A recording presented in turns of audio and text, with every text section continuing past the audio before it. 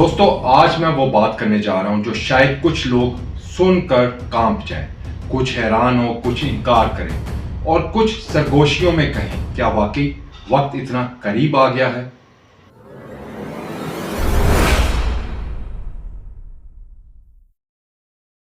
کیونکہ گزشتہ چند دنوں میں ایک بار پھر یہ سوال پوری دنیا کے ارب حلقوں میں گردش کر رہے ہیں۔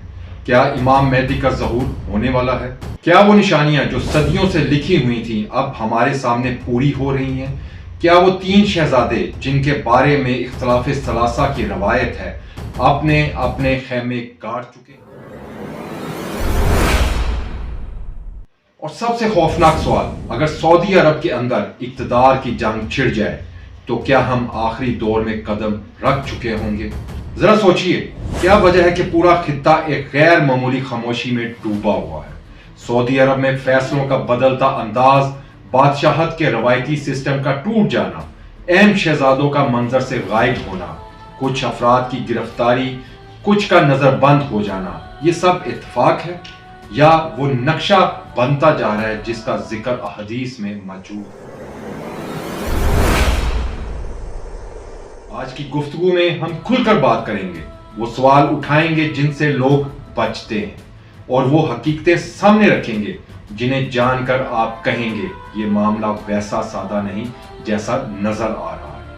اب آتے ہیں اصل نقطے کی طرف۔ دجال کے بارے میں بہت شور ہے، کچھ لوگ ویوز لینے کے لیے افواہیں پھیلا رہے ہیں، مگر حقیقت یہ ہے کہ دجال سے پہلے مہدی علیہ السلام کا ظہور ہونا ہے، اور ان کے ظہور کی سب سے بڑی علامت وہی ہے جسے روایتوں میں اختلاف ثلاثہ یعنی کہ تین شہزادوں کی اقتدار کی جنگ کہا گیا ہے۔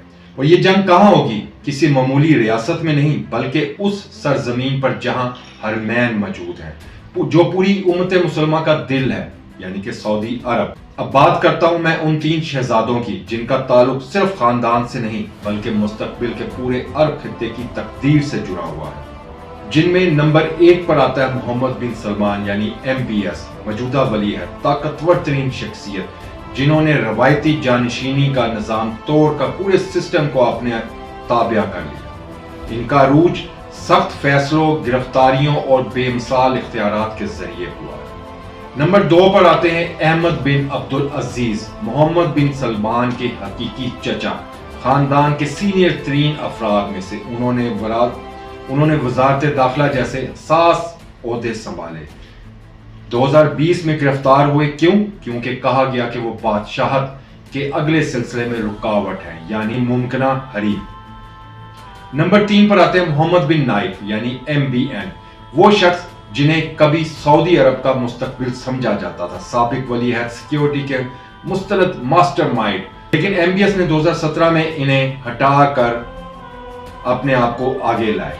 آج بھی خاندان کے اندر انہیں حقیقی طور کے اوپر مضبوط مقابل سمجھا جاتا ہے۔ یہ تینوں ایک تخت، ایک خالی کرسی، ایک ایسے ملک میں جس کی سیاست صرف عرب نہیں پوری امت کو متاثر کرتی ہے، اور یہی وہ صورتحال ہے جسے روایتوں میں مہدی کے ظہور کی سب سے اہم علامت قرار دیا گیا ہے۔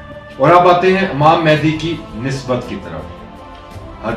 ابو داؤد کی حدیث ہے کہ مہدی حضرت فاطمہ کی اولاد میں سے ہوں گے، یعنی وہ سیدہ کائنات کی نسل میں سے ہوں گے، آل رسول کا حصہ ہوں گے، مگر ان کی شخصیت نہ بادشاہ، نہ کمانڈر، نہ سیاستدان، بلکہ ایک عام انسان، سادہ، نیک، عبادت گزار، جس کے پاس کوئی اقتداری خواہش نہیں ہوگی۔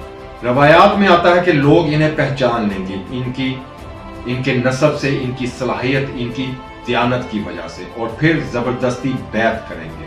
وہ خود نہیں چاہیں گے، لوگ ان کا ہاتھ پکڑ کر بیت اللہ کے سامنے بیعت کریں گے۔ اور یہ واقعہ کہاں ہوگا؟